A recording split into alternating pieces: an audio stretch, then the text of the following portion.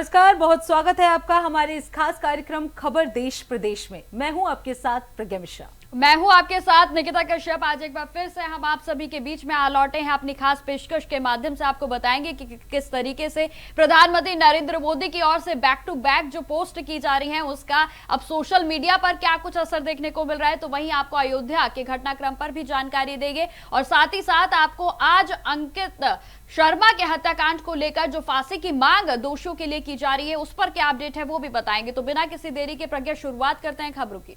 बिल्कुल, तो प्रधानमंत्री नरेंद्र मोदी की फेसबुक पोस्ट को लेकर उठे विवाद ने अब एक नया मोड़ ले लिया है। आपको बता दें, पेपर लीक के खिलाफ कार्रवाई से जुड़ी प्रधानमंत्री की पोस्ट कथित तौर पर भारत में दिखाई न देने के मामले में सोशल मीडिया कंपनी मेटा ने सफाई देते हुए इसे तकनीकी खराबी का नतीजा बताया है। तो वहीं आपको यह भी जानकारी दे दें कि दूसरी ओर सरकार इस पूरे घटनाक्रम को गंभीरता से ले रही है और सूत्रों के मुताबिक संबंधित अधिकारियों को तलब किए जाने की भी संभावनाएं बनी हुई हैं और इस मामले में डिजिटल प्लेटफॉर्म्स की जवाबदेही, तो वहीं अभिव्यक्ति की स्वतंत्रता और साथ ही साथ डिजिटल संप्रभुता को लेकर भी अब नई बहस छिड़ गई है। बिल्कुल निकिता, और पीएम मोदी की जो ट्वीट थी वो कुछ देर के लिए हटा दिया गया था, जिसके बाद से खुद मेटा ने इसके लिए माफी मांगी और साफ तौर पर कहा है कि तकनीकी खराबी के कारण सरकार ने तकनीकी खराबी की वजह से उनका ये पोस्ट नहीं दिख रहा है। निकिता, आपको बता दें, ये पोस्ट जब डिलीट हुआ तो उस वक्त बहुत सारे जो मैसेजेस थे वो आने लगे थे, जिसके बाद से मेटा को इसके लिए माफी मांगनी पड़ी है। बिल्कुल प्रज्ञा, अब एक और अहम खबर की ओर चलते हैं जहां देश की जो है पूरे देश की नजरें जो है टिकी हुई हैं, क्योंकि संसद के दोनों सदनों में आज भारी हंगामे के चलते कार्रवाई एक बार फिर से बाधित हो गई है। जहां लोकसभा और राज्यसभा की कार्रवाई दोपहर 2 बजे तक के लिए स्थगित कर दी गई है और हंगामे के बीच लोकसभा अध्यक्ष ओम बिरला ने भी सभी सांसदों से सदन को सुचारू रूप से चलाने की अपील की। बिल्कुल, उन्होंने साफ तौर पर कहा है कि संसद लोकतंत्र का सबसे बड़ा मंच है जहां चर्चा और संवाद के माध्यम से जनहित के मुद्दों पर विचार होना चाहिए। सभी सदस्यों को अपनी बात रखने का अवसर मिलना जरूरी है। तो निकिता, 2 बजे तक लोकसभा में पेपर लीक से जुड़े संशोधन विधेयक पर चर्चा प्रस्तावित थी, लेकिन उस समय तक के लिए जो कार्यवाही है वो स्थगित कर दी गई है। अध्यक्ष ने उम्मीद जताई है कि सदन में स्वस्थ बहस की परंपरा जो है वो कायम रहेगी और देश में संसद की छवि जो है वो सकारात्मक छवि बनी रहनी चाहिए। और इसी को लेकर ये बड़ा संदेश जो है ओम बिरला की तरफ से दिया गया है। विपक्ष और सरकार के बीच गतिरोध के कारण जो कार्यवाही है वो प्रभावित होती रही है। इसी को लेकर ओम बिरला ने साफ तौर पर लोगों से, सांसदों से ये अपील की है कि कार्रवाई को सुचारू रूप से चलने दिया जाए। बिल्कुल प्रज्ञा, देखिए सदन में हंगामा दोनों सेशंस में लगातार देखने को मिल रहा है। जब से इन दोनों सेशंस में कार्रवाई जो है वो शुरू हुई है, यानी कि मॉनसून सेशन शुरू हुआ है, तब से ही हम ये तस्वीरें देख रहे हैं कि अभी तक भी सुचारू रूप से दोनों सदनों की कार्रवाई नहीं चल सकी है। जो बिल पेश होने थे, जो बैठकें पहले हुई थी, जिसमें कि मॉनसून सेशन से भी पहले आपको प्रज्ञा याद होगा कि सर्वदलीयों की बैठक हुई थी, उसमें भी तमाम विषयों पर चर्चा की गई थी, जहां विपक्ष की ओर से भी रणनीति बनाई गई थी कि किस तरीके से सरकार को घेरना है। तो वहीं सरकार की ओर से भी तैयारियां की गई थी कि किस तरीके से जो सरकार से जवाब पूछे जाएंगे, सवाल पूछे जाएंगे, उनके जवाब देने हैं। लेकिन जिस तरीके का माहौल इस समय दोनों सदनों यानी कि राज्यसभा और लोकसभा में देखने को मिल रहा है, इससे कार्रवाई पूरे तरीके से प्रभावित हो रही है। और आज भी प्रज्ञा हमने यही देखा कि सुबह कार्रवाई शुरू होने के बाद ही जो है स्थगित हो गई और जहां अब दोनों सदनों को 2 बजे तक के लिए स्थगित कर दिया। बिल्कुल निकिता, क्योंकि जो 7 विधेयक पेश होने हैं उसको लेकर लगातार विपक्ष जो है वो हंगामा करता हुआ नजर आता रहा। और वहीं निकिता, हमने देखा था कि कुछ दिनों से जो सीजेपी है वो प्रोटेस्ट चल रहे थे, जिसकी वजह से कार्रवाई स्थगित हो रही थी। लेकिन वो प्रोटेस्ट खत्म होने के बावजूद भी कल भी सोमवार को हम उम्मीद कर रहे थे कि जो कार्रवाई होगी वो सुचारू रूप से चलेगी, लेकिन उसके बावजूद भी आज और कल दोनों दिन भी सदन जो है वो स्थगित रहे। वहीं इस खबर पर विस्तार से जानकारी देने के लिए अरविंद कुमार हमारे साथ जुड़ चुके हैं। अरविंद, आज भी लोकसभा और राज्यसभा की कार्रवाई जो है वो 2 बजे तक के लिए स्थगित कर दी गई है। क्या उम्मीद लगाई जाए, 2 बजे के बाद क्या कार्रवाई सुचारू रूप से चल पाएगी? सरकार ने जो विधेयक लाया है उस विधेयक पर चर्चा 2 बजे के बाद शुरू होगी, क्योंकि ये गतिरोध सदन के बाहर और सदन के भीतर दिख रहा था 6 दिनों से। तो कल लोकसभा अध्यक्ष ने मध्यस्थता करते हुए दोनों सत्ता पक्ष और विपक्ष को इस बिल पर चर्चा करने के लिए हामी भरा दी है। विपक्ष भी तैयार है कि 2 बजे के बाद जब यह विधेयक पर चर्चा होगी तो उसमें सभी सांसद भाग लेंगे, अपनी अपनी बातों को रखेंगे। विपक्ष की तरफ जितने भी सवाल होंगे एक नियम विधेयक को लेकर वो विपक्ष अपनी बातें रखेगा। उसके बाद शिक्षा मंत्रालय की तरफ से उस चीज पर अपनी राय रखी जाएगी कि सरकार पेपर लीक जैसे रोकने के प्रावधान को किसके विरुद्ध में इम्प्लीमेंट करेगी, किसके विरुद्ध में निर्धारित करेगी, क्योंकि जो कानून बनाए जाए इस कानून के तहत जो भी पेपर लीक और दोषी पाए जाएंगे उन्हें 10 साल की सजा के साथ 10 करोड़ रुपए का जुर्माना होगा। साथ ही साथ जो भी जो मामले कानूनी जो मामले होते हैं उसको लेकर भी इस ऊपर चर्चा होगी। अब ऐसे में 2 बजे के बाद प्रक्रिया जब सदन की कार्रवाई शुरू होगी और पूरी शुरुआत दौर में विपक्ष की तरफ से क्या कुछ प्रतिक्रिया उसके सामने आती है, कांग्रेस की तरफ से कौन नेता बोलते हैं, समाजवादी की तरफ से कौन नेता बोलते हैं, सब सांसदों का जो समय सारणी लोकसभा अध्यक्ष की तरफ से रखी गई है कि टीएमसी को कितना समय दिया जाएगा, कांग्रेस को समय कितना है, आरजेडी को समय कितना है, एनसीपी को समय, यानी सभी तमाम दलों के सांसदों को समय दे दिया गया है और लगभग 5 घंटे से अधिक इस बिल पर चर्चा होगी। सरकार का उस पर जवाब भी होगा। बिल्कुल अरविंद, बिल्कुल देखिए जिस तरीके से 2 बजे तक के लिए कार्रवाई दोनों सदनों की स्थगित कर दी गई है, क्या हम कयास लगा सकते हैं कि 2 बजे के बाद जो है वो कार्रवाई सुचारू रूप से चल पाएगी, चर्चा हो सकेगी? अरविंद देखिए जिस तरह से प्रक्रिया लगातार जो बात करें इस बिल को लेकर जिस तरह से विरोध प्रदर्शन हो रहा था, लगातार विपक्ष की तरफ से मांग की जा रही थी कि पेपर लीक जैसे मामलों को निपटाने के लिए सरकार सदन में इस पर चर्चा कराए।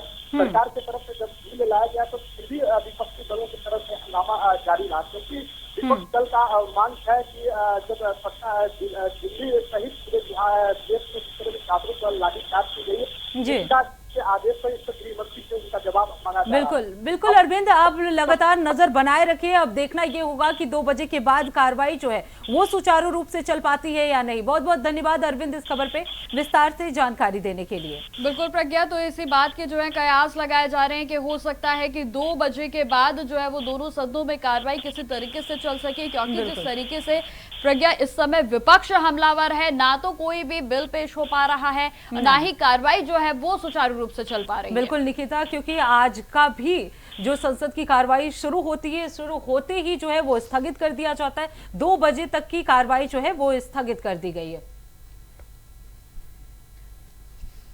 तो आपको बता दें निकिता, लगातार जो है वो कार्रवाई स्थगित हो रही है। 2 बजे तक की कार्रवाई जो है स्थगित कर दी गई है और लगातार अब लोगों की निगाहें इसी बात पर टिकी है कि आने वाले समय में संसद की जो कार्रवाई है वो सुचारू रूप से चल पाएगी या नहीं।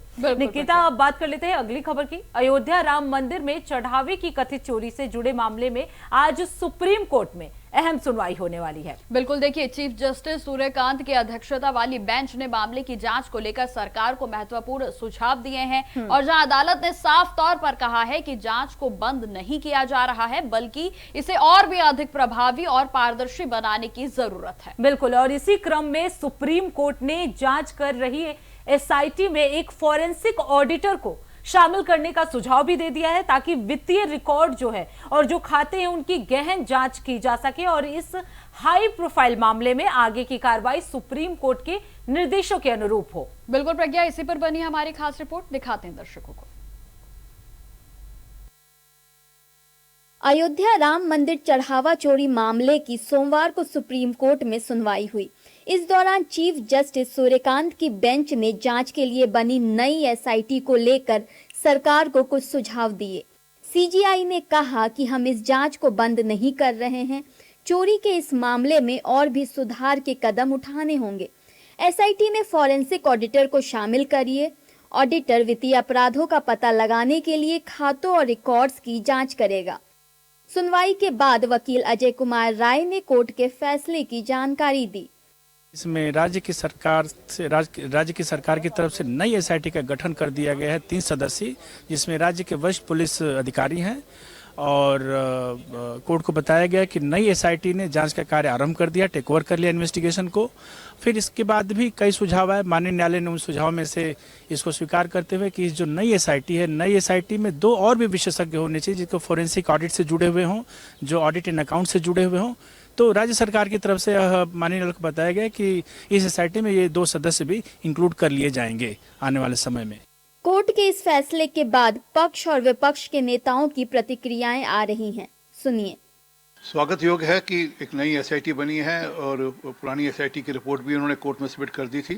अपेक्षा करते हैं कि एक पुख्ता जांच होगी और जो लोग भी और दोषी हैं, 8 लोग तो अरेस्ट कर लिए गए, और भी कोई अगर दोषी है तो उसके खिलाफ भी कार्रवाई होगी। राम मंदिर में तो ये तो कितनी बड़ी बात हो गई भैया कि जो लोग धर्म रक्षण की बात कर रहे थे, अब उन्हीं के हिमायतगार अगर राम मंदिर की चोरी में चोर नजर आ रहे हैं तो ऐसे लोगों से क्या भला हमें हिंदुत्व का पाठ लेने की जरूरत है?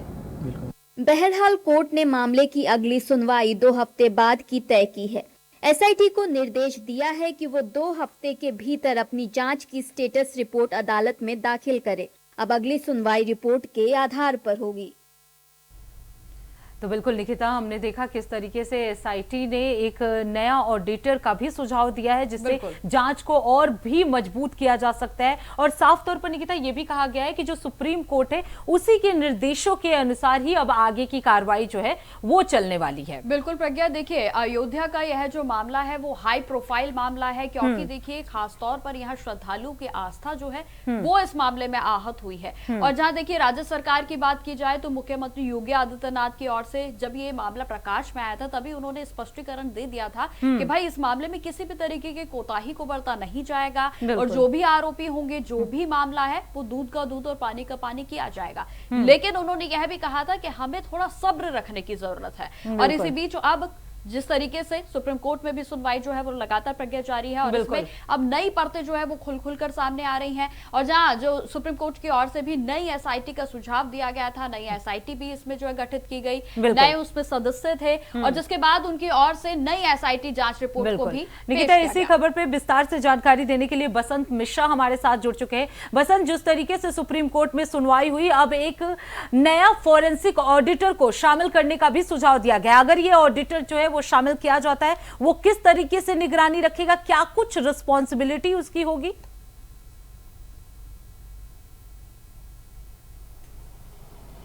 देखिए प्रज्ञा, बिल्कुल जिस तरह से सुप्रीम कोर्ट ने नई एसआईटी टीम के गठन का आदेश दिया था उसमें साथ में ये भी कहा कि एक फॉरेंसिक एडिटर रखा जाए जो खातों के लेन देन की जांच करेगा, जो वित्तीय है उनकी जांच करेगा। तो उसी में साथ में 2 ऑडिटर रखने का आदेश दिया है। साथ में ये भी कहा कि हम एसआईटी टीम की जो रिपोर्ट है उसको जल्द से जल्द एसआईटी के द्वारा कोर्ट में सौंपने के लिए बोला गया। साथ में ये भी कहा है कि हम इस एसआईटी की जाँच को बंद नहीं करें, लेकिन सुचारू रूप से सही तरीके से किया जाना चाहिए, चूँकि जो पैसा आ रहा था, जो भी खातों में एडिट हुआ है, उसको लेकर के 2 ऑडिटर रखने के लिए, फॉरेंसिक ऑडिटर रखने के लिए दिए गए, सरकार को आदेश दिया गया है। इससे ये साफ जाहिर होगा जो लेखा जोखा है, जो चढ़ावा आया था, वो कितना चढ़ा था, कितना बैंक में उसका डिटेल क्या है, तो तमाम सारी चीज़ों को लेकर के लगातार सुप्रीम कोर्ट भी कहती आई कि जो भी जाँच हो रही है उस जाँच में जो भी दोषी है उनको बख्शा नहीं जाएगा। और साथ में जो 2 फॉरेंसिक एडिटर रखे जाएंगे तो कहीं ना कहीं तमाम सारे बिंदुओं पर वो जाँच पड़ताल भी करेंगे। जी बिल्कुल बसंत, और देखिए यहाँ पर एक और बात ध्यान देने वाली है कि नई एसआईटी की ओर से जांच जो है वो की जा रही है। जांच रिपोर्ट में क्या कोई बड़े खुलासे हुए हैं,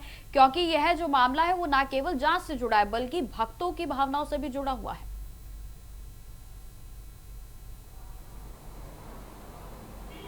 बिल्कुल निकिता, देखिए जिस तरह से नई एसआईटी की टीम का गठन हुआ है तो एसआईटी की टीम मौके पर पहुंच करके फिर से जांच पड़ताल शुरू कर दी, क्योंकि कई सारे अहम खुलासे हुए थे, कई ऐसे दस्तावेज बरामद हुए थे, एसआईटी को मिले थे। तो उसमें करोड़ों रुपए का जो चढ़ावा चोरी का मामला था उसका जिक्र भी किया गया था। जो नई टीम बनी है उसके द्वारा फिर से नए तरीके से जाँच पड़ताल की जा रही है। वहाँ पर चाहे साधु संत हो, वहाँ पर चाहे जो आरोपी गिरफ्तार हुए थे उनके परिजनों से भी पूछताछ की जा रही, ताकि अभी इस कड़ी में बहुत सारे ऐसे नाम और शामिल होने, सूत्र बता रहे हैं कि जिनको बचाया जा रहा था उनको भी कहीं ना कहीं एसआईटी की जो नई टीम बनाई गई है उनके द्वारा उनको फिर से नोटिस देकर के बुलाया जाएगा। बिल्कुल बसंत, अब देखना होगा कि क्या कुछ तरीके से ये नई एसआईटी जो है अपनी कार्रवाई शुरू करती है और क्या कुछ और खुलासे इस पूरे मामले में सामने निकल कर आते हैं। बहुत बहुत धन्यवाद बसंत इस खबर पे विस्तार से जानकारी देने के लिए। तो बिल्कुल जिस तरीके से निकिता, एसआईटी में अब फॉरेंसिक ऑडिटर का भी सुझाव दिया गया है ताकि वो जो भी लेखा जोखा होगा उसे प्रॉपर तरीके से जांच कर सकेंगे। अब देखना होगा निकिता कि इस नए एसआईटी में क्या कुछ खुलासे जो है वो निकलकर सामने आते हैं। बिल्कुल प्रज्ञा, क्योंकि देखिए यह जो मुद्दा है वो न केवल एक प्रदेश भर का है बल्कि पूरे देश भर का चर्चा का विषय है बना हुआ है। प्रज्ञा, अब आगे बढ़ जाते हैं खबरों में, जहां उत्तर प्रदेश में विधानसभा चुनाव से पहले वार और पलटवार का दौर बिल्कुल तेज हो गया है। तो वहीं ओपी राजभर ने राहुल गांधी को अखिलेश यादव का बॉस तक बता दिया है और कहा कि कांग्रेस उत्तर प्रदेश में अब आपसे 20 हो गई है। बिल्कुल, और वहीं कांग्रेस के साथ गठबंधन के सवाल पर भी उन्होंने अखिलेश यादव ने कहा कि चुनाव अभी दूर है, और इसी को लेकर एक दर्शकों को दिखा देते हैं हमारी ये खास रिपोर्ट। यूपी में विधानसभा चुनाव से पहले सियासी पारा गर्म है। सपा के मुखिया अखिलेश यादव को भले ही चुनाव अभी दूर लग रहे हों, लेकिन एनडीए के सपा और कांग्रेस पर हमले तेज होते जा रहे हैं। वहीं योगी के सहयोगी ओपी राजभर अपने ही स्टाइल से अखिलेश यादव को घेर रहे हैं। ओपी राजभर दावा कर रहे हैं कि राहुल गांधी अखिलेश यादव के बॉस हैं। राजभर ने एक्स पर लिखा कि हफ्ते भर से आप और आपके बॉस संसद की कार्यवाही नहीं चलने दे रहे, ये अच्छी बात नहीं है। सुझाव है कि आज अपने सांसदों को तो कहिए कि सदन चलने दें, अपने बॉस राहुल जी को भी थोड़ा रिक्वेस्ट कर लीजिएगा महाराज। वैसे भी आजकल आपके बॉस राहुल बार बार दिखा रहे हैं कि बॉस आखिर बॉस ही होता है। पिछले हफ्ते ही देखिए कि कैसे राहुल अचानक सड़क पर आ गए और आप बस टुकुर टुकुर ताकते रह गए। हमको पता है कि आपको अब सबसे बड़ी चिंता क्या सता रही है, यही ना कि अब कांग्रेस यूपी में 200 सीट और ज्यादा दबंगई से मांगेगी तो किस मुंह से मना कर पाएंगे। मानिए चाहे ना मानिए, कांग्रेस यूपी में अब आपसे 20 है, आप 19 रह गए हैं ऐसा लगता है। हमको तो अब चिंता हो रही है क्योंकि पीडीए तो आपके हाथ से पहले ही निकल गया है। अब एमवाई का एम यानी मुस्लिमों का भी मूड बदल चुका है। आपके किसी दांव में दम दिलासा दिख नहीं रहा है अब मुसलमानों को। हम समझाते थे आपको कि ट्विटर एसीपीसी छोड़ के जमीन पर आइए, ड्रामा की बजाय काम करिए, लंदन पेरिस घूमने के बजाय यूपी के बौद्ध सर्किट का चक्कर लगाइए, दिल्ली की बजाय आजमगढ़ के गैर यादव भाइयों का ध्यान दीजिए। हमारी सलाह है कि आप अब सार्वजनिक रूप से खुल के मान ही लीजिए कि राहुल गांधी जी आपके ब्लॉक में बड़के भैया हैं। मानेंगे कि नहीं? ओपी राजभर इससे पहले भी अखिलेश यादव पर तीखे हमले कर चुके हैं, लेकिन इस बार राजभर राहुल को अखिलेश का बॉस और 20 बताकर कांग्रेस के जोश को हाई कर रहे हैं। कांग्रेस पार्टी लगातार मेहनत कर रही है, परिश्रम कर रही है, और आप पूरे प्रदेश के अंदर, देश के अंदर आप देखिए कांग्रेस के एक कार्यकर्ता डटकर काम कर रहे हैं, खड़े हैं और एक एक सबको जोड़कर लेके चल रहे हैं। कोई ऐसा नहीं कि किसी को हम दबाने का काम कर रहे हैं या किसी को कमजोर करने का काम कर रहे हैं, हम सबको साथ लेकर चल रहे हैं, सब साथ हैं। वहीं जब अखिलेश यादव से कांग्रेस के साथ गठबंधन को लेकर सवाल पूछा गया तो उन्होंने गोलमोल जवाब दिया। अखिलेश ने कहा कि अभी चुनाव दूर हैं, लेकिन लोकसभा में हम लोग एक साथ हैं। अभी बीजेपी को हराया अभी हम लोगों ने। अभी जो गठबंधन है, जिस गठबंधन में हम सब लोग हैं, अभी तो बीजेपी को हराया और कितनी महत्वपूर्ण सीटें हराई हैं। तो पीडीए का साथ और सामाजिक न्याय के स्थापना की बात लगातार हम लोग करते रहेंगे और उसी रास्ते पर चलेंगे। तो अभी चुनाव दूर है, अभी लोकसभा में हम सब लोग एक साथ हैं। अखिलेश यादव अभी पत्ते नहीं खोल रहे, लेकिन 2024 के नतीजों को याद करके अब भी गदगद हैं। लेकिन एक हकीकत है कि हरियाणा, महाराष्ट्र और पश्चिम बंगाल में लोकसभा चुनाव के बाद हुए विधानसभा चुनाव में कमल खिला है। बीजेपी ने 2024 के मुकाबले अपने प्रदर्शन को बेहतर किया है। बीजेपी इसी सोच के साथ यूपी के दंगल को फतेह करने का दावा भी कर रही है। अब देखना होगा कि यूपी में सपा और कांग्रेस का गठबंधन होता है या नहीं, और कौन 19 और कौन 20 साबित होता है। तो उत्तर प्रदेश में बयानबाजियों का दौर प्रज्ञा लगातार जारी है। अब खबरों में आगे बढ़ जाते हैं, जहां राष्ट्रीय स्वयंसेवक संघ के प्रमुख मोहन भागवत के जेंजी को लेकर दिए गए बयान ने नई राजनीति को छेड़ दिया है। बिल्कुल, जिसमें उन्होंने कहा है कि आज की पीढ़ी दूसरों की देखा देखी और भावुक होकर बिना सोचे समझे फैसले लेती है। अब इस बयान पर कांग्रेस और समाजवादी पार्टी ने भी पलटवार करते हुए इसे संघ बीजेपी के एजेंडे से जोड़ा है। तो वहीं देखिए, भारतीय जनता पार्टी के नेताओं ने भागवत के इस बयान का समर्थन करते हुए युवाओं को आगे बढ़ने की जरूरत भी बताया है। बिल्कुल निकिता, और इसी पर दिखा देते हैं दर्शकों को हमारी ये खास रिपोर्ट। राष्ट्रीय स्वयंसेवक संघ प्रमुख मोहन भागवत की जेनजी को लेकर की गई टिप्पणी ने राजनीतिक बहस छेड़ दी है। उनका एक बयान जिसमें उन्होंने जेनजी को लेकर यह कहा कि आजकल की पीढ़ी दूसरों की देखा देखी चीजें करती है, जल्दी भावुक हो जाती है और शांत मन से सोचे बिना फैसले लेती है। जेनजी अच्छी रहती है, वो अनुकरणशील रहती है, इमोशनल रहती है, बहुत ठंडे दिमाग से विचार नहीं करती है। भागवत के बयान पर समाजवादी पार्टी और कांग्रेस ने तीखा पलटवार किया है। कांग्रेस प्रवक्ता सुरेंद्र राजपूत ने कहा कि आरएसएस बीजेपी का सांप्रदायिक एजेंडा अब आगे नहीं चल पाएगा। वहीं दूसरी तरफ सपा नेता फखरुल हसन ने सीधे बीजेपी की विचारधारा पर सवाल उठाए। देश में भारतीय जनता पार्टी के कुशासन से, अघोषित इमरजेंसी से, संघ के सांप्रदायिककरण से, इसके खिलाफ एक आंदोलन शुरू हुआ है। इसके खिलाफ आजादी हो रही है। सच बात यह है मोहन भागवत जी, दीवार पर लिखी इबारत को पढ़ लीजिए।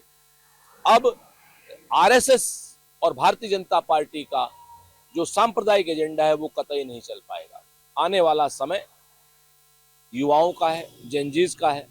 बेहतर हो कि आप हिंदू मुसलमान करना बंद करें। जब भारतीय जनता पार्टी की सरकार एक तरफ महिला रिजर्वेशन बिल की पैरोकार बनती है और समाजवादी पार्टी समझती है कि महिला रिजर्वेशन बिल होना भी चाहिए, लेकिन दूसरी तरफ अगर महिलाओं के लिए इस तरह के विचार सामने आएंगे तो समझ में आता है कि भारतीय जनता पार्टी और उनसे जुड़ी हुई विचारधारा वो महिलाओं के लिए क्या सोचती है। इसलिए महिलाएं आज समाज में कंधे से कंधा मिला के चल रही हैं, वो हर फील्ड में हैं और समाजवादी पार्टी समझती है कि महिलाओं को इसी तरह से आगे बढ़ना चाहिए, इसी तरह से देश के लिए काम करना चाहिए।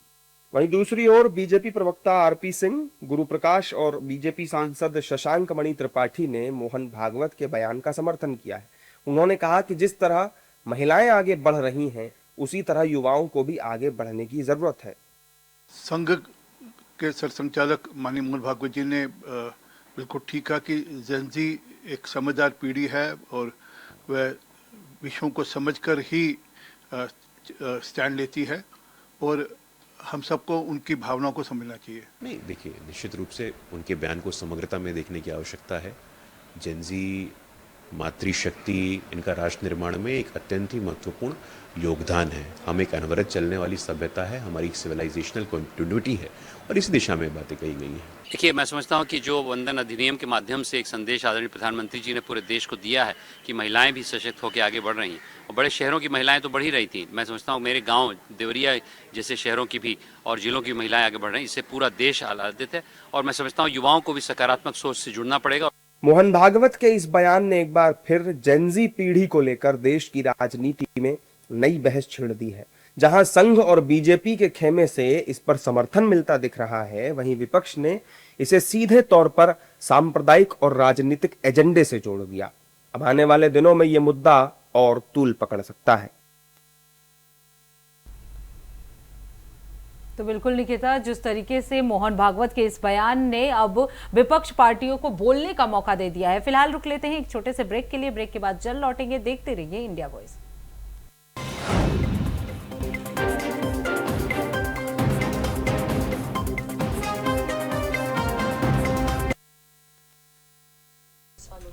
तो ब्रेक के बाद एक बार फिर से स्वागत है आप सभी का। बढ़ते हैं खबरों की ओर। नीट पेपर लीक के खिलाफ छात्रों के प्रदर्शन के दौरान 25 जुलाई को सिवान में पुलिस की ओर से लगातार देखिए इस मामले में लाठीचार्ज भी किया जा रहा था। तो वहीं आपको यह भी जानकारी देते चले कि AK-47 से हवाई फायरिंग किए जाने के मामले में अब बड़ा राजनीतिक विवाद खड़ा कर दिया है और इसी पर बनी हमारी एक खास रिपोर्ट दिखाते हैं आपको। नीट पेपर लीक के खिलाफ छात्रों के प्रदर्शन के दौरान 25 जुलाई को सिवान में पुलिस की ओर से AK-47 से हवाई फायरिंग किए जाने के मामले ने बड़ा राजनीतिक विवाद खड़ा कर दिया है। घटना में शामिल पुलिस जवान के निलंबन के बाद भी विपक्ष सरकार पर हमलावर हो गया है। विपक्षी नेता सरकार से पूछ रहे हैं कि क्या सरकार के लिए छात्र आतंकवादी थे। इतने बड़े देश भर में आंदोलन हुए, आज तक AK-47 किसी आंदोलन में नहीं चला। अगर वो वीडियो फुटेज देखेंगे तो सीधा एंगल देखिए।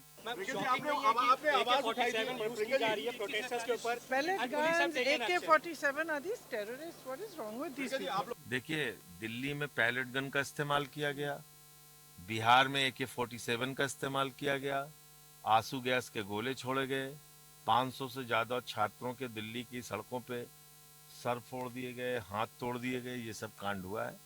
तो सदन में जब बोलने का मौका मिलेगा तो इस मुद्दे को हम लोग उठाएंगे और हम लोगों को गृह मंत्री से इस मामले में जवाब चाहिए कि उनको सदन में आके इस पूरे घटनाक्रम पे अपना बयान देना चाहिए। दूसरी छात्र के ऊपर यूज करने की इजाजत दी, किसने वो ऑर्डर दिए, ये भी विपक्ष को जानने की कोशिश, विपक्ष जानने की इसका हक है, उनको जानने का हक है। और तीसरी बात, ऐसे कमेटी जो है, मुझे एग्जैक्टली याद नहीं आ रहा है किसके अध्यक्षता में ये कमेटी एक गठन की गई थी, उनके जो रिकमेंडेशंस थी, पूछिए तो सरकार को क्या वो रिकमेंडेशंस जो है उसको लागू किया गया। पहले भी यही हमारा मुद्दा रहा है कि जो इतना बड़ा आंदोलन था, हम चाहते थे नीट पे डिस्कशन हो, लेकिन अब क्योंकि समय और हालात बदल गए हैं, इतना आपने बच्चों को जो पीटा है सड़कों पे, और ये कोई बच्चे कोई हिंसा करने के लिए नहीं आए थे, लेकिन इस लोकतंत्र में देखिए भारतीय जनता पार्टी की सरकार ने जिस तरह से बिहेव किया, जिस तरह से बर्बरता बढ़ती बच्चों पे, जिस तरह से लाठियां चलाई गई, जिस तरह से पैलेट्स गन चलाए गए, जिस तरह से कीलें लगी हुई थी, जिस तरह से पुलिस यूनिफॉर्म में नहीं थी, जिस तरह से नेम प्लेट्स नहीं थे, जिस तरह से बिना यूनिफॉर्म के लोग बच्चों को डंडे से मार रहे थे, तो आखिरकार इसका जिम्मेदार कौन है? जबकि बीजेपी विपक्ष पर आतंकवादी वाले बयान पर हमलावर है। बीजेपी कह रही है कि विपक्ष सिर्फ भ्रम फैला रहा है। दोषी कोई भी हो, उस पर कार्रवाई शुरू हुई है, लेकिन मैं पूछना चाहता हूं प्रियंका जी, आपके घर के चंद कोस दूर सिख विधवा कॉलोनी है, और वो सिख वो हैं जिनको आपकी पार्टी के आकाओं ने आपके गांधी नेहरू परिवार के इशारे पर वोटर लिस्ट पकड़कर जिंदा जलाया था। कभी वहां गई हैं? 52 शहरों को शमशान बनाया था, कभी उन बहनों का दुख सुना है? अब ये लोग हमेशा भ्रम ही फैलाते रहे हैं। सारे छात्रों का अनशन क्यों समाप्त हुआ? क्योंकि छात्रों के साथ अच्छे से बातचीत हुई। अभी हम लोग बहुत कड़ा कानून कल लाने जा रहे हैं संसद में। पेपर लीक करने वालों को तुरंत आजीवन कारावास हो। आपको बताएं तो सरकार के आदेश के बाद सिवान के एसपी पूरन कुमार झा ने फायरिंग करने वाले सिपाही अभिषेक कुमार पटेल को तत्काल प्रभाव से निलंबित कर दिया है। उसके खिलाफ विभागीय जांच भी शुरू कर दी गई है, लेकिन इस कार्रवाई के बाद भी विपक्ष ने सरकार को कटघरे में खड़ा कर दिया है। अब रुक कर लेते हैं अगली खबर की। उत्तर प्रदेश की सियासत में 2027 के विधानसभा चुनाव की बिसात अभी से बिछनी शुरू हो गई है। बिल्कुल, देखिए, क्योंकि चुनावी मुकाबले से पहले गठबंधन की संभावनाओं को लेकर भी राजनीतिक सरगर्मियां पूरे तरीके से चरम पर हैं और इसी बीच एमआईएम के प्रमुख असदुद्दीन ओवैसी ने अब बीजेपी को सत्ता से बाहर करने के लिए विपक्षी दलों के सामने गठबंधन का खुला प्रस्ताव रख दिया है। बिल्कुल, और हालांकि ओवैसी के इस ऑफर पर समाजवादी पार्टी और कांग्रेस की ओर से फिलहाल कोई स्पष्ट प्रतिक्रिया सामने नहीं आई है। निकिता दिखा देते हैं दर्शकों को इस पर हमारी ये खास रिपोर्ट। यूपी की राजनीति में ओवैसी चर्चा में बने हुए हैं। उनकी चर्चा में रहने की वजह एक खुला ऑफर है जो उन्होंने विपक्षी दलों को दिया है। दरअसल एआईएमआईएम प्रमुख असदुद्दीन ओवैसी ने उत्तर प्रदेश के आगामी 2027 के विधानसभा चुनाव से पहले समाजवादी पार्टी और विपक्षी दलों को बीजेपी को सत्ता में आने से रोकने के लिए गठबंधन का खुला प्रस्ताव दिया है। हालांकि विपक्षी नेता इस ऑफर पर कुछ खास दिलचस्पी नहीं दिखा रहे हैं, लेकिन बीजेपी ओवैसी और विपक्ष पर हमलावर हो गई है। बीजेपी इसे तुष्टीकरण की राजनीति करार दे रही है। अभी तो श्री अखिलेश यादव मुंगेरी लाल के हसीन सपने देख रहे थे, अगर ओवैसी भी देख रहे हैं तो देखने के लिए कोई नहीं रोक सकता है। लेकिन जब 27 का रिजल्ट आएगा तो चाहे ये विरोधी एक साथ लड़े मिलकर के और चाहे अलग अलग लड़े, भाजपा का कमल बहुत बड़े अंतर से खिलने जा रहा है। 2017 से बड़ी विजय मिलने जा रही है। ओवैसी जी का यूपी में क्या, यूपी जिसकी है, यूपी की समस्या यूपी के लोग दूर करेंगे मिलके, चाहे पक्ष हो चाहे विपक्ष हो, मिलके करेंगे। हमको लगता है कि हर प्रदेश की अपनी अपनी समस्या और हर प्रदेश में अपनी लीडरशिप है। राष्ट्रीय समस्या राष्ट्रीय स्तर पर और प्रदेश की समस्या, अगर प्रदेश में चुनाव में दूसरे प्रदेश का आदमी आता तो माना जाता है उस समाज में जो है नेता नपुंसक हैं, तभी दूसरे प्रदेश का नेता आ रहा, नहीं तो अपने प्रदेश के नेता पर विश्वास करें और लड़ाई लड़ें मिलकर, और दूसरे प्रदेश के नेताओं को एंट्री कम दें। हमको लगता है कि सभी वर्गों की तरफ अपील है। देखिए, पूरा विपक्ष एकजुट होकर के चुनाव लड़ ले। 2019 के लोकसभा चुनाव में सपा, बसपा और कांग्रेस का एक बड़ा गठबंधन बन चुका है। उसके बावजूद भाजपा ने इनको चुनाव हराया था। हम गठबंधन के किसी भी तरह के समीकरण से हम डरने वाले नहीं है। भारतीय जनता पार्टी अपने तीसरे कार्यकाल को लेकर के पूरी तरह आशान्वित है। हमने जिस तरह से 10 वर्षों में काम किया है, प्रधानमंत्री मोदी जी के नेतृत्व में जिस तरह से उत्तर प्रदेश का चतुर्दिक विकास हुआ है, सामूहिक विकास हुआ है, सर्वांगीण विकास हुआ है, हम पूरी तरह से आश्वस्त हैं कि 2027 में 2017 का परिणाम दोहराने जा रहा है। जबकि विपक्षी नेता कह रहे हैं कि ओवैसी को पहले नीतियों पर एक होना होगा। ये एमआईएम और उनके चीफ का बयान है, लेकिन सवाल ये है कि India block, Samajwadi party, Congress की जो नीतियां हैं उन पे आपको एक होना होगा। आप उन नीतियों से हट के गठबंधन की बात करते हैं तो ये गलत बात होगी। हम लोग सेकुलरिज्म और संविधानवाद, सामाजिक न्याय की लड़ाई लड़ रहे हैं। इस लड़ाई को आप सेकुलर होके लड़ सकते हैं, मुस्लिम प्रस्त होके या हिंदू प्रस्त होके इस लड़ाई को नहीं लड़ सकते हैं। तो समाजवाद का अगर साथ देते हैं तो स्वागत होगा, लेकिन अगर वो चाहते हैं कि धार्मिक राजनीति का पुट इंडिया ब्लॉक भी करे तो ये संभव नहीं है। मुस्लिम परस्त होकर ओवैसी आएंगे तो स्वागत नहीं होगा। अब ओवैसी की फ्रेंड रिक्वेस्ट को सपा और कांग्रेस स्वीकार करती है या नहीं, ये देखने वाली बात है, क्योंकि अगले साल यूपी में विधानसभा चुनाव होने हैं। राजनीतिक दल तैयारियों में भी जुट गए हैं, लेकिन मौजूदा वक्त में ओवैसी की ये मांग चर्चा में है, क्योंकि बिहार विधानसभा चुनाव में भी ओवैसी ने महागठबंधन को दोस्ती का ऑफर भेजा था, लेकिन तब भी विपक्षी गठबंधन ने उनका साथ नहीं दिया था। चलिए प्रज्ञा, अब खबरों में आगे बढ़ते हैं, जहां उत्तर प्रदेश में मानसून एक बार फिर से रफ्तार पकड़ता हुआ नजर आ रहा है, क्योंकि मौसम विभाग के अनुसार आज प्रदेश भर के 25 जिलों में भारी बारिश की संभावनाओं को जताया गया है। बिल्कुल निकिता, सोमवार को ही मानसून सक्रिय होने के बाद तराई और बुंदेलखंड के कई इलाकों में गरज चमक के साथ बारिश दर्ज की गई। वहीं बारिश के चलते अधिकतम तापमान में गिरावट आई है और लोगों को उमस से राहत तो मिली है, लेकिन बारिश जो है वो कई जगहों पर बहुत ही ज्यादा भयंकर स्थिति में हो रही है, जिसकी वजह से लोगों को परेशानियों का भी सामना करना पड़ रहा है। बिल्कुल, देखिए प्रदेश भर में सबसे ज्यादा अगर बारिश की बात की जाए तो इटावा में रिकॉर्ड की गई है, और जहां 42 किलोमीटर वर्षा हुई है, तो वहीं सिद्धार्थनगर में भी 28.6 मिलीमीटर और हमीरपुर में 28 मिलीमीटर बारिश को दर्ज किया गया है। बिल्कुल निकिता, मौसम विभाग ने लोगों को सतर्क रहने की सलाह दी है, क्योंकि कई क्षेत्रों में तेज बारिश के साथ ही आकाशीय बिजली गिरने की भी संभावना जताई जा रही है, और बताया जा रहा है कि आने वाले दिनों में भी मानसून जो है वो सक्रिय रह सकता है। बिल्कुल, देखिए तो कहीं ना कहीं कहा जा सकता है प्रज्ञा कि अब बारिश के होने के वजह से गर्मी से लोगों को राहत मिली। और इसी खबर पर अधिक जानकारी के साथ हमारे साथ संवाददाता नितिन चौधरी जुड़ गए हैं। तो नितिन, देखिए जहां गर्मी से लोगों को राहत मिली है, लेकिन वहीं मौसम विभाग की ओर से अलर्ट भी जारी किया गया है। क्या कुछ आज का रुख देखने को मिलेगा उत्तर प्रदेश में? नितिन, देखिए निकिता, बिल्कुल दिल्ली एनसीआर में लगातार मौसम ने कलवट बदल दी है, जहां लोग काफी गर्मी से परेशान थे, लेकिन आज जिस तरीके से बारिश होना स्टार्ट हो गई, जो भी बताया गया था 7 जिलों में जो है अलर्ट जारी कर दिया गया है। सहारनपुर है, शामली है, मुजफ्फरनगर है और उसके बाद अमरोहा है। तमाम जो पश्चिम उत्तर प्रदेश के जिले हैं तो में जो है अलर्ट जारी कर दिया गया है। बात की है मौसम वैज्ञानिक, तो मौसम वैज्ञानिकों द्वारा कहा गया है कि अभी जो है 2 से 3 घंटे बारिश का अनुमान लगाया गया है, लेकिन उसके बाद लगातार जो बारिश है वो काफी तेजी से हो रही है। लोगों में काफी खुशी है, क्योंकि गर्मी से जिस तरीके से राहत मिली है लोगों को, और राहत को देखते हुए तमाम यहाँ पर जैसे एहतियात लगाए जा रहे थे, उस समय की काफी उमस भरी गर्मी है, लोग काफी परेशान थे, लेकिन आज जैसे ही बारिश हुई है तो उस बारिश से लोगों में काफी राहत का माहौल देखने को मिला है। लेकिन बात की जाए लगातार जिस तरीके से पश्चिम उत्तर प्रदेश की बात की जाए, किसानों की बात की जाए, किसानों को काफी इसमें लाभ मिलता है। लगातार जैसे ही धान की खेती होती है तो किसान को लेकर काफी लाभ होता है। धान की खेती में बारिश के बगैर काम कुछ कार्य नहीं होता, लेकिन इसके बाद लगातार मौसम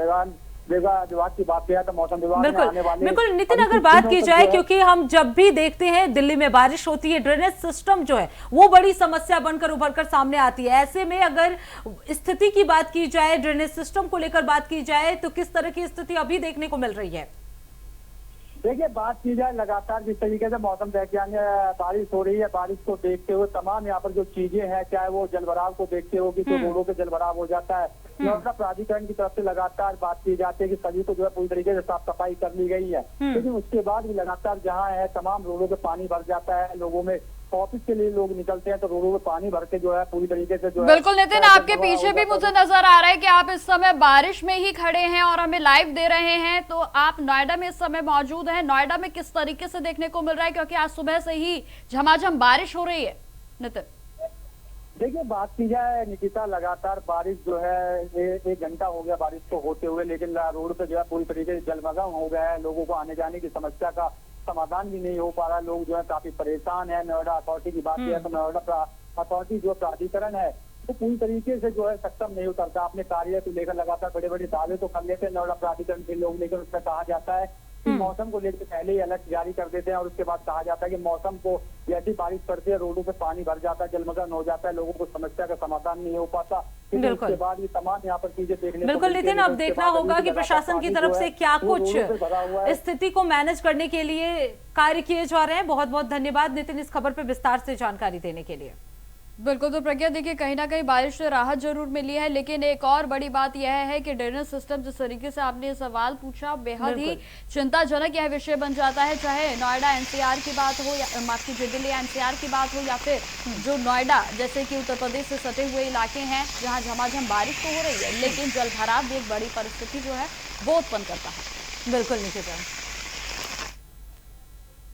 अब रुक कर लेते हैं निकिता अगली खबर की। सावन का पवित्र महीना शुरू होते ही आस्था का सबसे बड़ा उत्सव कांवड़ यात्रा भी अपने पूरे रंग में नजर आने लगा है। लाखों शिव भक्त गंगा जल लेकर भगवान भोलेनाथ के जलाभिषेक करने के लिए निकलेंगे। बिल्कुल, और देखिए ऐसे में उत्तर प्रदेश से लेकर उत्तराखंड तक प्रशासन पूरे तरीके से अलर्ट मोड पर है, जहां श्रद्धालु की सुरक्षा, सुविधा और सुचारू यातायात व्यवस्था सुनिश्चित करने के लिए व्यापक तैयारियां भी की जा रही हैं। बिल्कुल निकिता, हरिद्वार समेत प्रमुख कांवड़ मार्गों पर साफ सफाई किया जा रहा है। पेयजल, स्वास्थ्य सेवाओं और ठहरने की जो व्यवस्था है उसे भी की गई है। सुरक्षा को ध्यान में रखा गया है और इसी को ध्यान में रखते हुए पूरे यात्रा मार्ग पर सीसीटीवी कैमरों से निगरानी रखी जा रही है। बिल्कुल प्रज्ञा, इसी पर बनी हमारी एक खास रिपोर्ट, दिखाते हैं दर्शकों को ये सुंदर तस्वीरें। सावन के पवित्र महीने में शुरू होने वाली कांवड़ यात्रा को लेकर तैयारियां तेज हो गई हैं। उत्तराखंड में कांवड़ियों की यात्रा शुरू भी हो गई है। कांवड़ियों के लिए साफ पानी, खाना, साफ मार्ग, एक एक चीज का काफी ध्यान रखा जा रहा है। जिन मार्गों से कांवड़िए गुजरेंगे वहां पर नॉनवेज की दुकानें भी बंद रहेंगी। यूपी से लेकर उत्तराखंड में प्रशासन के आला अधिकारी मॉनिटरिंग कर रहे हैं। धर्मनगरी हरिद्वार में कांवड़ियों की सुरक्षा के लिए सीसीटीवी निगरानी, रोशनी, स्वास्थ्य और ठहरने के लिए भव्य व्यवस्था की जा रही है। इसके अलावा उत्तराखंड के ही ऋषिकेश, रुद्रप्रयाग में भी कांवड़ियों के लिए विशेष तैयारियां की गई हैं। हरिद्वार में जो भी कांवड़ संबंधी वाहन आने वाले हैं उनके लिए एक सेपरेट ट्रैफिक प्लान तैयार किया गया है, जिसके अनुसार जो भी हमारे भगवानपुर और जो भी हमारे मुजफ्फरनगर नारसन बॉर्डर से जो भी ट्रैफिक आने वाला है उनको वाया अब्दुल कलाम होते हुए नंगला इमरती लाते हुए उन्हें बैरागी कैंप पार्किंग में पार्क कराया जाएगा। इसी तरह जो बिजनौर की तरफ से ट्रैफिक आ रहा है उसको गौरीशंकर और नीलधारा में पार्क किया जाएगा और देहरादून आने वाले ट्रैफिक को लालजी वाला और मोती चौक पार्किंग में पार्क किया जाएगा। कांवड़ यात्रा की तैयारियों के लिए जनपद रुद्रप्रयाग की पूरी टीम तैयार है। हमारे पुलिस ने ट्रैफिक प्लान बना रखा है, आवश्यक फोर्सेस का डिप्लॉयमेंट होगा और पूरी यात्रा का जो मॉनिटरिंग है वो जो हमारा परिचालन केंद्र है वहाँ से किया जाएगा। आने वाले समय में मैं बताना चाहूँगा कि अगले 1 वर्ष के अंतर्गत जनपद के अन्य क्षेत्रों में भी इमरजेंसी ऑपरेशन सेंटर तैयार किए जाएंगे। इसका प्रस्ताव भी शासन परिषद कर दिया गया है, चाहे वो जखोली हो, चाहे वो तहसील ऊखीमठ हो और चाहे श्री केदारनाथ धाम हो, वहाँ पर भी इंटरनेट की अवेलेबिलिटी और जो मॉनिटरिंग सेंटर्स है वो बनाए जाएंगे। जो भी हमारा तैयारी करना है जो कांवड़ को सुगम और सुरक्षित बनाने के लिए, ताकि कांवड़ जो आ रहे हैं वो भी नियमानुसार अपना कानून के तहत रह के जल लेके अपना गंतव्य गांव पहुंचे और यहाँ पे जो हमारे जो जनता है उनका भी परेशानी ना हो। तो ये हमें आज हमारे पुलिस फोर्स को ब्रीफिंग करा है जो भी तय हुई है भाई, कावड़ का जो साइज है, डीजे का साउंड का, वो सारा हम इंक्लूड करेंगे। और हमारा वो अपील भी है, जो भी कावड़ आ रहे हैं हमारे नाइबरी स्टेट से, उनसे अपील है कि भाई हम शांतिपूर्वक यहाँ पे जल लेके अपना मंदिर करें। उत्तर प्रदेश में भी कावड़ियों की यात्राएं शुरू हो गई हैं। शिव भक्त शिवालयों के लिए जल लेकर निकल पड़े हैं। यूपी के मुजफ्फरनगर, मुरादाबाद, अमरोहा, प्रतापगढ़, बांदा में पुलिस प्रशासन कांवड़ियों की तैयारियों में जुटा हुआ है। जाम न लगने पाए, यातायात सुचारू रूप से चलने लगे, इसके लिए मुख्यतः 3 बिंदुओं पर डायवर्जन का प्लान बनाया गया। सभी डायवर्जन पॉइंटों पे सीसी कैमरे के द्वारा निगरानी की जाएगी और वहाँ पे शनिवार के शाम से मंगलवार के दोपहर तक शिफ्टवार ड्यूटियाँ लगाई जाएगी। जो बिंदु डायवर्जन के लगाए गए हैं, जिनसे शहर के अंदर वाहन आएंगे, उन बिंदुओं को ब्लॉक कर दिया जाएगा। वहाँ पे बैरिकेडिंग लगा दी जाएगी और वहाँ पे फोर्स रहेगा हमारा। जो खाद्य पदार्थ है वही गाड़ियाँ आ पाएंगी, आवश्यक सप्लाई वाली, बाकी और कोई गाड़ियाँ भारी वाहन शहर के अंदर नहीं आने दिया जाएगा। एक ट्रैफिक एडवाइजरी जारी की जा रही है, जिसके संबंध में सभी को सूचित किया जा रहा है कि जो मुख्य कांवड़ मार्ग है, जो कि अतर्रा बदौसा होते हुए जाता है, इसमें सभी प्रकार के वाहन पूर्णतः प्रतिबंधित रहेंगे और जो भी छोटे वाहन रहेंगे वो बुंदेलखंड एक्सप्रेसवे के बाद बिसंडा कट होते हुए चित्रकूट पहाड़ी होते हुए चित्रकूट को जाएंगे। आप सभी से अपील की जाती है कि आप नियमों का अक्षरशः पालन करें और कांवड़ यात्रा को सकुशल संपन्न कराने में बांदा पुलिस की सहायता करें। तो वहीं इस खबर पर विस्तार से जानकारी देने के लिए अली मेहंदी हमारे साथ जुड़ चुके हैं। अली, प्रशासन की तरफ से क्या कुछ तैयारियां जो है कांवड़ यात्रियों के लिए किया गया है?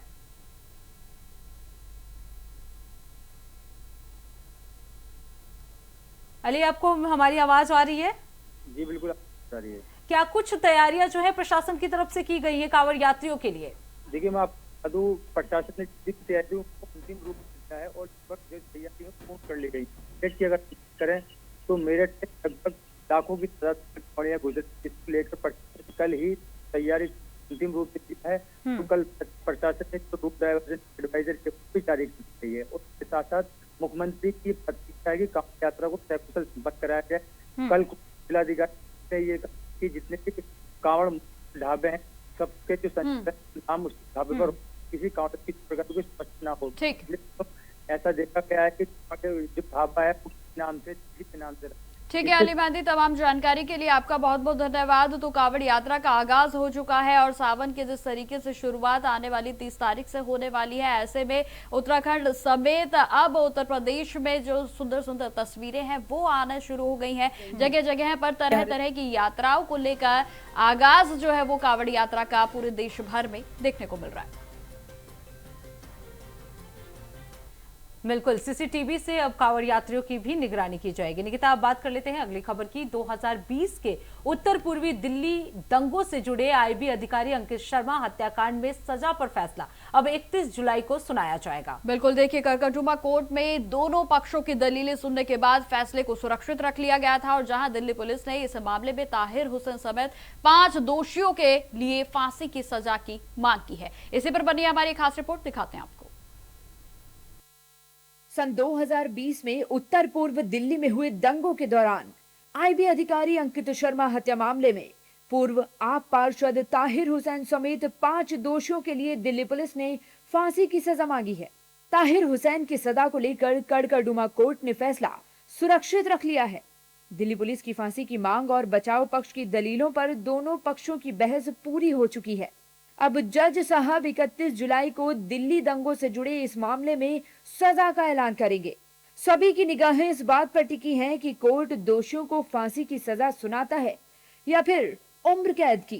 इनको जो है कि दंगे के दौरान मर्डर किया गया है और उसका दोषी पाया गया है, ना कि सिर्फ 188 का दोषी पाया गया कि आपने सरकारी आज्ञा का उल्लंघन किया। ऐसा ही नहीं है, बल्कि इनको मर्डर का भी दोषी पाया गया है, हालांकि दंगे के दौरान।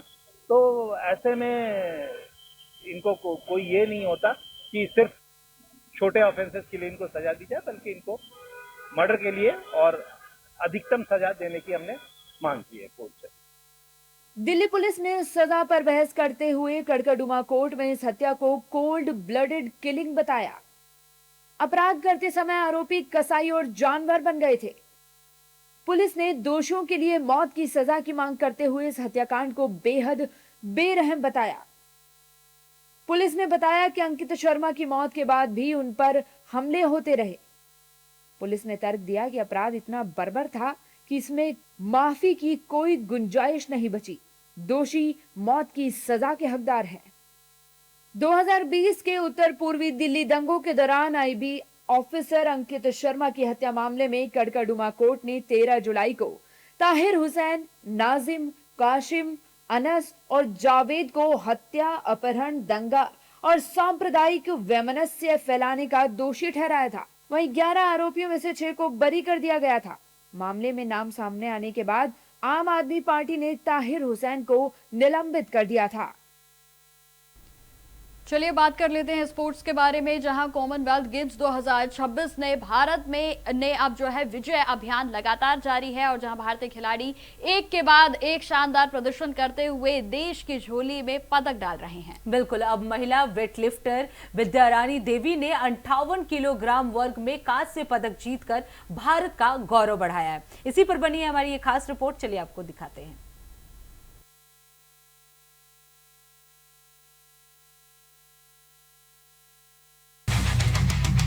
ग्लासगो में जारी कॉमनवेल्थ गेम्स 2026 में भारत का शानदार प्रदर्शन लगातार जारी है। महिला वेटलिफ्टर बिंदिया रानी देवी ने 58 किलोग्राम वेट कैटेगरी में ब्रॉन्ज मेडल जीतकर देश की झोली में एक और पदक डाल दिया है। ये ग्लासगो कॉमनवेल्थ गेम्स में देश का 6वां मेडल है।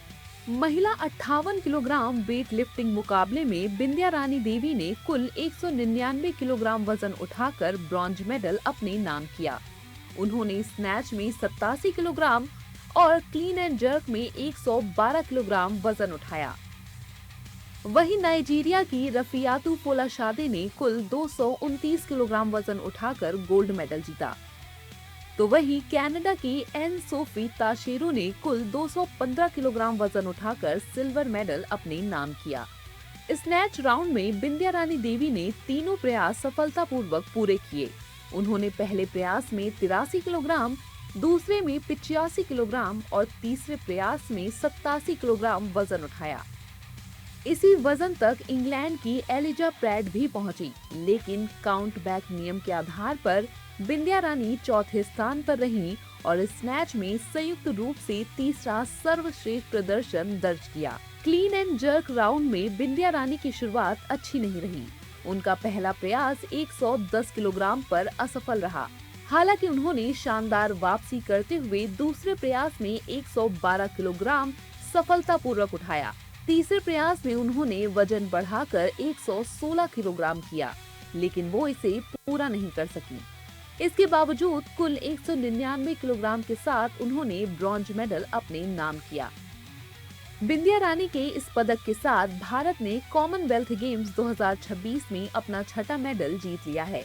बताते चले, पैरा पावर लिफ्टिंग में झंडू कुमार ने ब्रॉन्ज जीतकर भारत का खाता खोला था। इसके बाद मीराबाई चानू ने गोल्ड, ऋषिकांत सिंह, मुथु पांडी राजा और ज्ञानेश्वरी यादव ने सिल्वर जीतकर देश का गौरव बढ़ाया। भारत के वेट लिफ्टर्स का शानदार प्रदर्शन ग्लासगो में लगातार जारी है। बिंदिया रानी देवी का ये ब्रॉन्ज मेडल न सिर्फ भारत की मेडल टैली को मजबूत करता है, बल्कि आने वाले मुकाबलों के लिए भी भारतीय दल का आत्मविश्वास बढ़ाता है। अब देश को अपने खिलाड़ियों से और भी पदकों की उम्मीद है। अब बात कर लेते हैं अंतर्राष्ट्रीय मुद्दों की। अमेरिका और ईरान के बीच जंग रुक गई है, लेकिन दोनों देशों के तेवर अब भी गर्म है। वहीं अमेरिकी राष्ट्रपति डोनाल्ड ट्रंप ने दावा किया है कि अमेरिका के पास हथियारों की कमी नहीं है। तो वहीं ईरान और यूक्रेन के बीच भी तनाव बढ़ता जा रहा है। इसी पर बनी हमारी खास रिपोर्ट, दिखाते हैं आपको। मिडिल ईस्ट में तनाव कम हो रहा है। ईरान पर अमेरिका के हमले रुक गए हैं, लेकिन अमेरिकी राष्ट्रपति डोनाल्ड ट्रंप की अकड़ कम नहीं हुई है। डोनाल्ड ट्रंप ने ईरान को फिर धमकी दी है। वहीं अमेरिकी राष्ट्रपति ने उन दावों को नकार दिया है जिसमें कहा जा रहा था कि अमेरिका के पास हथियार कम हो रहे हैं। राष्ट्रपति डोनाल्ड ट्रंप का कहना है कि अमेरिका के पास दुनिया के किसी भी देश से ज्यादा हथियार हैं। इंटरसेप्टर मिसाइलों की कमी की खबरें गलत हैं और अमेरिकी सेना के पास हर मिशन के लिए पर्याप्त संसाधन मौजूद हैं। ट्रंप भले ही दावा करें कि अमेरिका के पास हथियारों की कमी नहीं है, लेकिन सवाल यही है कि ईरान पर सबसे खतरनाक हमले करने की प्लानिंग कर रहे अमेरिका ने आखिर पैर पीछे क्यों खींचे। वहीं ईरान के विदेश मंत्रालय के प्रवक्ता इस्माइल बघाई का कहना है कि दुनिया में तेल और गैस की कीमतें बढ़ते ही अमेरिका बातचीत करने लगता है। युद्ध शुरू होने पर अमेरिका को लगा था कि ईरान 3 दिन में टूट जाएगा और हार मान लेगा, लेकिन कई महीने बाद भी ऐसा नहीं हुआ। कई महीने बीत चुके हैं, अमेरिका वहीं फंसा हुआ है और अपने किए पर गर्व कर रहा है। सवाल यही है कि क्या वाकई ईरान के दावे में दम है। वैसे अमेरिका और ईरान युद्ध रुकने के बाद अंतर्राष्ट्रीय बाजार में ब्रेंट और अमेरिकी क्रूड दोनों की कीमतों में 5% से ज्यादा गिरावट दर्ज की गई है। इससे साफ है कि तेल और गैस की कीमतें कम होना शुरू हो गई है। वहीं यूक्रेन और ईरान के बीच तनाव बढ़ता जा रहा है। ईरान ने कैस्पियन सागर में अपने एक जहाज पर हुए यूक्रेनी हमले के बाद कड़ी धमकी दी है। ईरान का कहना है कि यूक्रेन का हमला पूरी तरह गैरकानूनी और अनुचित था। ईरान इस कार्रवाई को बिना जवाब दिए नहीं छोड़ेगा। इसके साथ ही ईरान ने बुल्गारिया को अमेरिकी वायुसेना के विमान तैनात करने के फैसले पर कड़ी चेतावनी दी है। ईरान का कहना है कि अगर बुल्गारिया अपने यहां अमेरिकी विमान तैनात करता है तो वह अमेरिका और इजराइल की सैन्य कार्रवाई का साझेदार माना जाएगा। बुल्गारिया पहले भी ईरान पर हमलों में शामिल अमेरिकी विमानों को सोफिया एयरपोर्ट का इस्तेमाल करने की अनुमति दे चुका है। बुल्गारिया के नेताओं को इस फैसले की कीमत चुकानी पड़ेगी और उन्हें इसके लिए जवाबदेह ठहराया जाएगा। ईरान समझ रहा है कि भले ही अमेरिकी हमले रुक गए हों, लेकिन खतरा अभी टला नहीं है। वहीं अगर ईरान यूक्रेन को जवाब देता है तो युद्ध की नई चिंगारी भड़क सकती है। अब आपको वॉर अपडेट भी बता देते हैं। अमेरिका ने ईरान पर हमला नहीं किया, ईरान ने भी जवाबी कार्रवाई रोकी। कच्चे तेल की कीमतों में 5% से ज्यादा गिरावट। अब ईरान और यूक्रेन में बढ़ रहा तनाव। जहाज पर हमले के बाद ईरान ने यूक्रेन को धमकी दी। इस बीच ईरान ने नया दावा किया है कि उसकी और अमेरिका के बीच कोई बातचीत नहीं चल रही है। सवाल यही है कि अगर ईरान और अमेरिका के बीच बातचीत नहीं हो रही है तो आगे का रास्ता कैसे निकलेगा। अब देखना होगा कि दोनों देशों के बीच कब से वार्ता शुरू होती है और क्या रंग लाती है। तो फिलहाल आज की पेशकश में इतना ही, जिसमें हमने आपको बताया कि कैसे प्रधानमंत्री नरेंद्र मोदी की ओर से अब back to back reels upload की जा रही हैं। साथ ही साथ आपको जानकारी दी कि लोकसभा सदन तो वही राज्यसभा सदन में किस तरीके से कार्रवाई जो है वो बार बार स्थगित हो रही है और कार्रवाई प्रभावित भी हो रही है। तो साथ ही साथ आपको अंकित शर्मा के हत्याकांड के बारे में जानकारी दी और जाते जाते आपको बताया कि कॉमनवेल्थ में किस तरीके से भारत बेहतरीन प्रदर्शन कर रहा है। बिल्कुल। तो खबर देश प्रदेश में फिलहाल के लिए इतना ही। देश दुनिया की तमाम बड़ी खबरों के लिए देखते रहिए इंडिया वॉइस। तब तक के लिए नमस्कार।